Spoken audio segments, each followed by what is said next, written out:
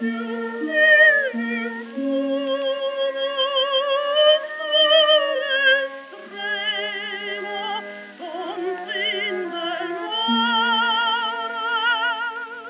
často rve nás osud, tak často rve nás láska. Osud razil ze mě zpěváčku, dal mě zjev, hlas a snažení. A jestli mě teď někdo závidí, nevím, jak by se mu chtělo žít na mém místě.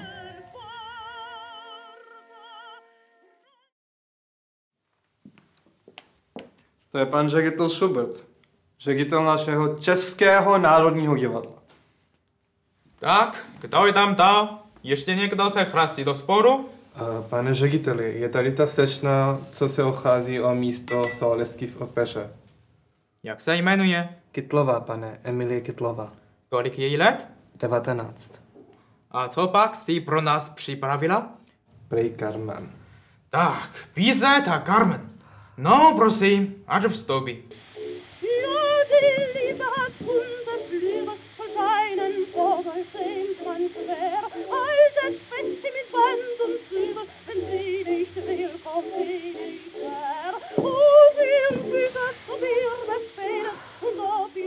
Ano, ředitel Schubert ti to řekl jasně.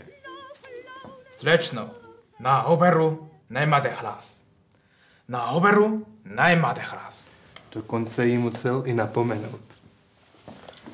A mohla byste mi říct, proč se při tom zpívání tolik rozčilujete? Doporučuji vám, abyste brala studené sprchy. To vám prospěje. To je silné, že? No nepochybně výstižné. A přátelé, a já si kladu otázku. Nechci tím nikoho ovlivňovat, jenom se tak ptám. A jak by na její místě se zachovala charakterní mladá zpěvačka? Kdyby byla na počátku své kariéry odmítnuta Národním divadlem. Ano, kdyby byla odmítnuta. Já jsem si myslím, že by šla do sebe, ale Kytlová ta šla do ciziny. Ale ani ciziny nám nepřinášela hned samé vavříny. O, ne. Po odmítnutí u nás nasledoval neúspěch v Drážďanech. Zrušili její již podepsanou smlouvu. Později se tvrdilo, že se stala obětí proti českých nacionálních vášní. Ale prosím vás, vy snad věříte novinám. A do třetice odmítnutí berlínském. Pan dvorní intendant ji řekl naplno. Hudbě nerozumím, povídá, ale slyšel jsem, že nemáte hlas. A vlastně vidím, že jste ošklivá. Tak tady se, slečno, opravdu nedá nic dělat. Tak se přejmenovala. Ano, přejmenovala se. Ve skutečnosti pokřtili Emilie Věnceslava Pavlína Kytlova. a ona se přejmenovala. No, na Emi Destin. Emi Destin. Vás by napadlo, že je z Vinohrad. Emi Destin, to je švindl i v tomhle. A má-li umělkyně práva na pseudonym, měla by tohoto práva použít ve prospěch věci národní. Jistě, měla by to své sprzněné příjmení přeložit do materštiny. Na místo německého Kytl mohla se ho nosit staročeským Zástěrova a přidat k němu i cudné Václavka. Václavka Zástěrova. Václavka Zástěrova? Ano, Václavka Zástěrova. A to by zněly její áry s poselstvím, odkud vyšla a kam patří. Tak vidíte, i to, že proslavila český národ, se jen nám tak zdálo. Emi Destin. Emi Destin? Přetvářka. Sama přetvářka. Leč prorazila.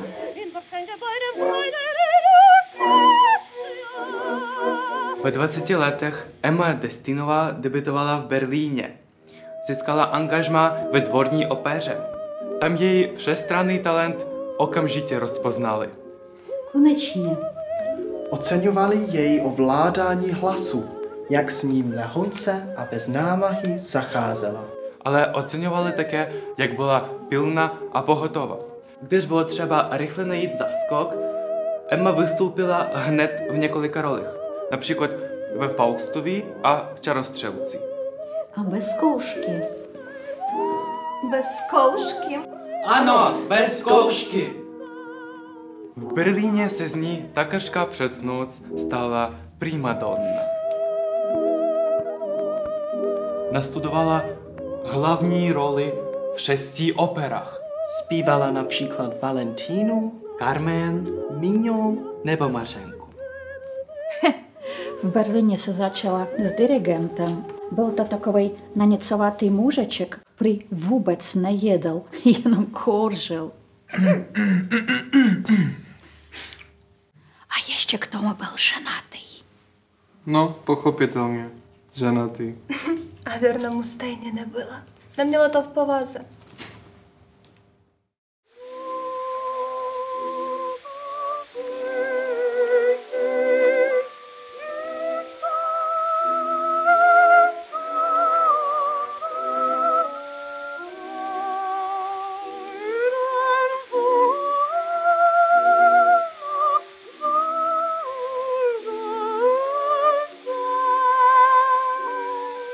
její nádherný hlas obdivoval i samotný německý císař Vilém II.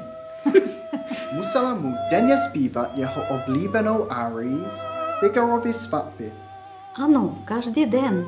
Novináři o ní začali psat jako o božské Emmě. V 26 letech debutovala Covent Garden v Londýně. Ano, a víte, kdo mi stál po boku?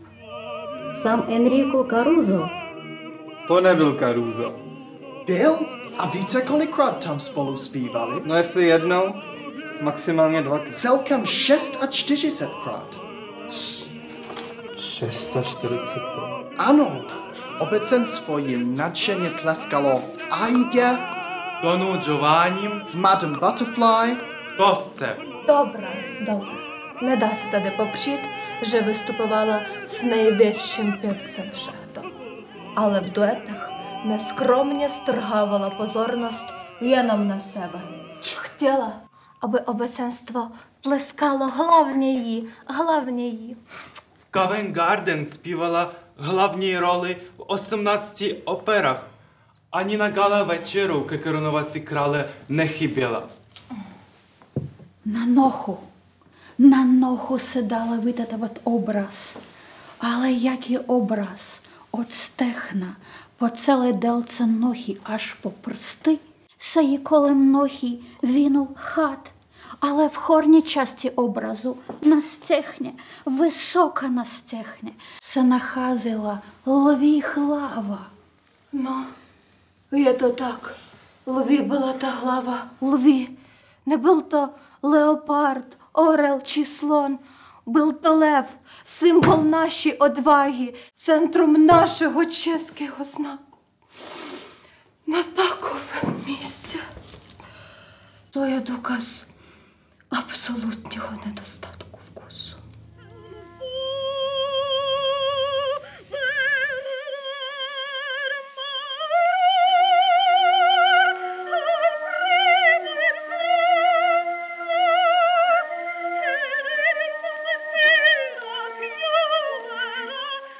Madame Butterfly v Londýně. To byl triumfální úspěch. A noviny tehdy napsaly. Tichá večera spočívala na bedrech slečny Destinové. A její byl také hlavní triumf. Puccini mohl tuto hudbu napsat přímo pro ní. Tak výrazně se hodila k jejímu hlasu a tak skvěle svou operní roli přednesla. V roce 1907 se stala novou senzací její Salome. Skladatel Richard Strauss napsal roli Salome přímo pro ní. A sám dirigoval všechna představení v Berlíně a v Paříži. A pak přišel New York.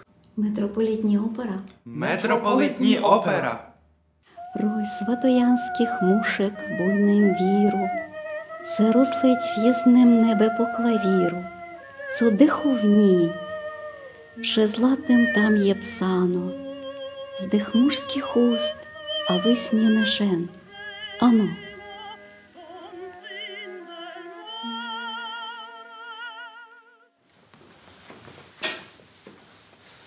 No, v New Yorku, tam jsme bydleli v 15. patře. Ale víte, paní, ona paní Destinova neměla žádný odhad. No, jako s těma голубama. My jí říkali, co toho takový ptáci nasero, to nemá nikdo ponětě. No já bych to všechno postřílila. Teď co jsme pak měli to uklízení s tím. No, jenom, že paní Destinova, ona vám rozpřáhla ty své ruce s těma drobečkama na dlaních a krmila ti goluby z balkonu. V 15. patře v New Yorku, v 15. patře a chytala je to roky. A jak s tím nasvinila, to se nedá povídat. Ale byla krásná, ona ty vlasy vám a ty oči. Ale oblíkat se neuměla. Noční košile měla černý, na černý jako botu. Nebo si dala na hlavu takový ten turban s tím pérem. Ale ona nic dlouho neužila. Jestli měla některý šaty 3krát, tak je to moc. No teď já jí to povídám. Milostivá paní, schovejte to, pojedeme zas jinam, tam vás tom neznají. Tak, mohla jí mít leta. No jo, ministři kvůli tomu zpívání furt jsem tam. Jak Pöpí, paní, jak Pöpí. Ale ona dala svý některé šaty i ty svině kuchařce. Ti, co jí vařila čísky s rajskou vomačkou? Jo, ty. A paní Destinová jí povídá, jestli ty myslíte, že tohle, že francouzská kuchyně, taky se ve svém názoru značně osamocená. No ale věřili byste tomu, i ty dala paní Destinova šaty. Ona byla chudák milostivá paní, jako to dojná kráva. Metropolitní opera si u skladatele Pucciniho objednala operu Děvče ze západu. Emma Destinová zpívala hlavní roli spolu s Enriquem Caruzem. A New York Times napsali: Paní Destinová disponuje hlasem velké síly, rezonance a živostí. Je to žena s pronikavým hudebním cítěním a inteligencí. Ale ten pan Caruso, co ten si nanosil milost paní Kytek? A furt dojetý, pěkně oblečený, navoněný. No, ten si mi líbil. No, a představte si, ten pan Caruso požádal jí o ruku. Co? A ona to odmítla. Ne. No, ale vemte si, prosím vás, co je to za mužskýho, když se rozhodne, že bude celý život za peníze předvádět, že je někdo jiný. A ještě si o toho zpívá. Ale poradit, ona si nenechala. Radši si přivedla někoho jiného, toho černocha. Já jí povídám, milostivá paní Destinova, vyhodí ho, tyk je to černoch. A ona mi povídá, ale manženko, pan Čilip je Arab. Ale tyk byl černý. Ona paní Destinova tomu černému byla vděčná. Za co jako? Za záchranný život přece. Když jí na divadle nutili přijet na koni, tak ten kun se trochu splašil, jak na něm začala naše paní zpívat tím silným hlasem. No jo, ona totiž hrozně řvala. Tak ten kun vyhodil, paní Destinova slitla, ale ten pan Čili, co tam zpíval ve sporu, ten jí chyt do náruče. Tak to víte, takovej černý chlap má sílu. To je jiná ráce.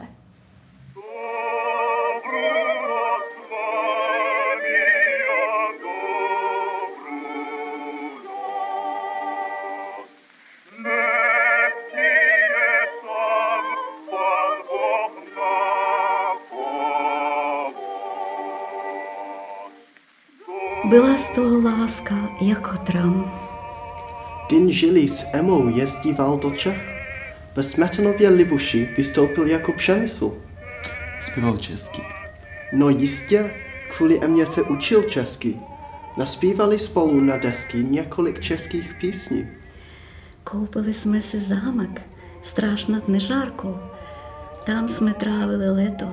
Žili byl hodně hoch, ale jak ho to chytlo, Někdy byl horší než primadona.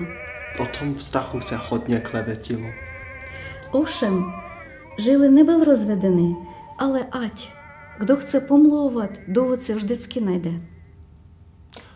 A pak přišla válka. Ach, válka. Žili měl francouzský pás. Tím pádem se z něho v Rakousku stal příslušník nepřátelského národa. Chtěl se vrátit do Ameriky, ale nesměl. Já byla v té době na vrcholu kariéry. V metropolitní opeře už podepsané smlouvy. Musela se vrátit bez něho. Emma byla veliká vlastenka. Čechy milovala. Ale rakouskou monarchii nesnášela a se svými názory se netajila. Když jsem se v roce 1916 vrátila domů, zabavili mi pás, abych nemohla opustit zemi. Ale prosím vás, ty řeči o internaci. O tom, co pro nás obětovala. Dojemné, ale jenom částečně bych řekl. Ano, pracovala proti Rakousku.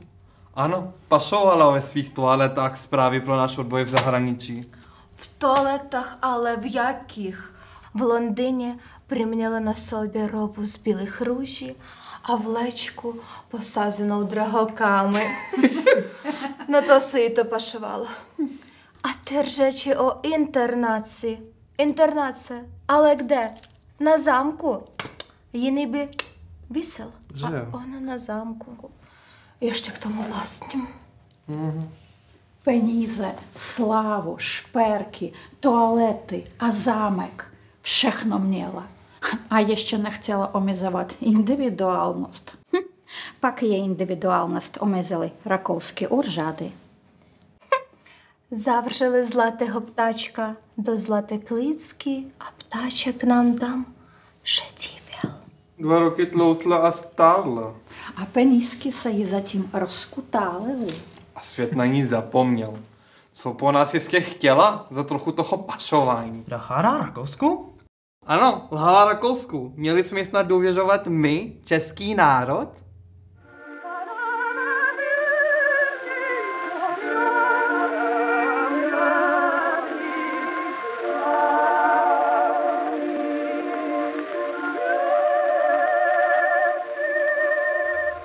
Na zámku ve stráži mě přijala jako komornou.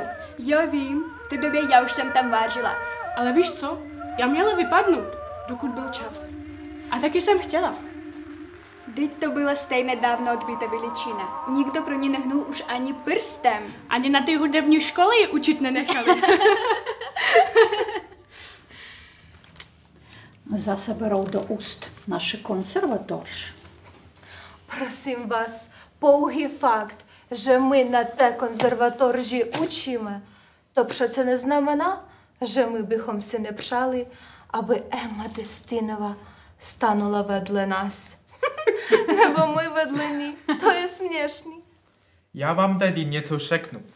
Pro povolání pedagoga je člověk vyvolen především pokorou. A pokora, skromnost, schopnost realizovat vlastní nadání skrze své řády. No jistě. Necpat se za každou cenu dopředu. Neupozorňovat věčně jenom na sebe. Vždyť to člověk odnáší i na zdraví. Mě tak bolí zuby, často a velmi. Ach, ty moje zuby. Vidíte, zuby. Mě zase berou záda. Trpíme. Tak snad nás nikdo nebude obviňovat z nepoctivých úmyslů. Bylo prostě potřeba zabránit za každou cenu jejímu pedagogickému působení v řadách naší mládeže. Promiňte, nechali jsme se strhnout. My svým povoláním prostě žijeme. Jinak my jsme vždycky patřili k obdivovatelům paní Destinové. Ach, ty moje zuby.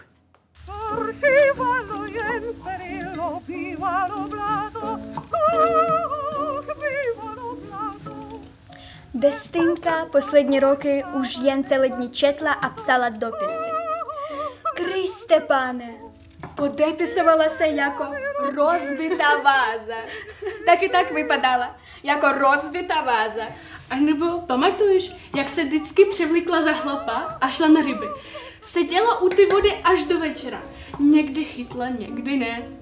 Jednou jsem za ní schválně šla a ona se ti tam pro sebe jakoby smála. Bešuga osoba.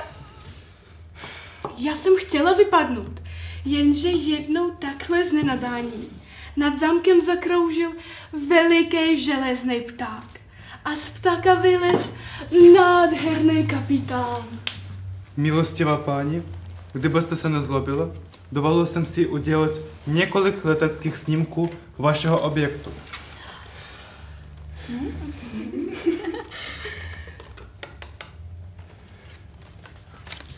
A by the way si ji vzal za ženu. Ale to byla jen hra. Aspoň nám to bylo celou dobu jasné. A já jsem tam zůstala kvůli němu. Byl tak hezoučkej. No, hezký byl, mladý, ale také hodně spotřeboval.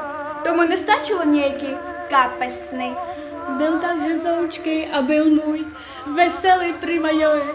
Konečně na tom pitomém zámku začal mít život nějaký smysl. My jsme se prostě milovali pořád a všude. Joe a já. Miláček. Až jednou se přihodil takovej maličký skandál, když Butterfly přišla nějak nečekaně z ryb, nebo z čeho. No otevřela dveře v takový nešikovný situaci a můj fešácký kapitán vyskočil z okna jen tak, jak byl. A co na to ona? Ona se na něj tak jako ušklíbla a povídá. Завжди си, Боженко, táhne, ještě byste nastydla. A pamatujte si, i ty nejžavější náruč jednou schladne, i to nejvěrnější srdce jednou zradí. Ty jo, co jsi udělala? No co, já jsem nemohla dělat nic. Čekala jsem, že mě vyhodí, ale nevyhodila. A co? Joe? Joe. Už nepřišel. Napsal ti aspoň? Se na to podívej. Zde, po těchto schodech, jsem se stupoval, když jsem tě, Bobinko, kdysi miloval. Anděle můj, něžný, spanilý, nenosil jsem tehdy nic než košili. Zima byla v parku, zima na schodech. 100krát jsem si vzdech. Nastydl jsem si všecko, byl tam hrozný chlad. Nemohu už nikdy milovat. Nikdy milovat? To byla asi jenom taková sranda. No to jsem si taky říkala, že na to nějak odpovím, až mě něco napadne. Jenže už nebyl čas. Mrtvička, božska nám umřela. Krátce na to? Panenko Marie, tak bylo po starostech. Hurá, Joe, lásko, konečně seš vdovec. Konečně nám Butterfly do nebíčka fly. Ale no tak, děvče, nebuď vulgární. Jmenuji se Josef Hausbach. Josef, zapamatuj si to pro případ, že bys mi někdy chtěla odněkud napsat. To jako, že mám jít pryč, pane Hausbachu? A můžu si nechat tenhle listeček, co jste mi poslal? Bože, to přece psala Emma. Tak on plakal pro ní, ne pro mě, pro ní plakal. Ráda bych věděla, proč jsem to udělala. Ale už se jí na to ani nemůžu zeptat.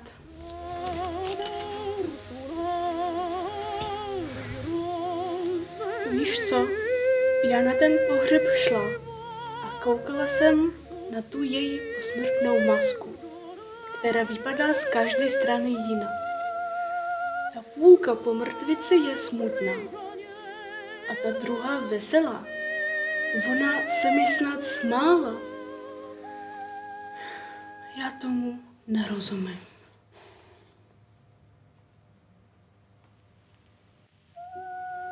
умніні наше, jen leskem padajících meteorů. Věčnost není mu dana, snad proto, že jen pro okamžik strhává a že stromy do nebe vyrost nemohou a nedovedou. Spokojme se tedy z okamžiky našeho poslání. Buďme vděční osudu, dovolili nám po desetiletí býti tím, čím býti toužíme.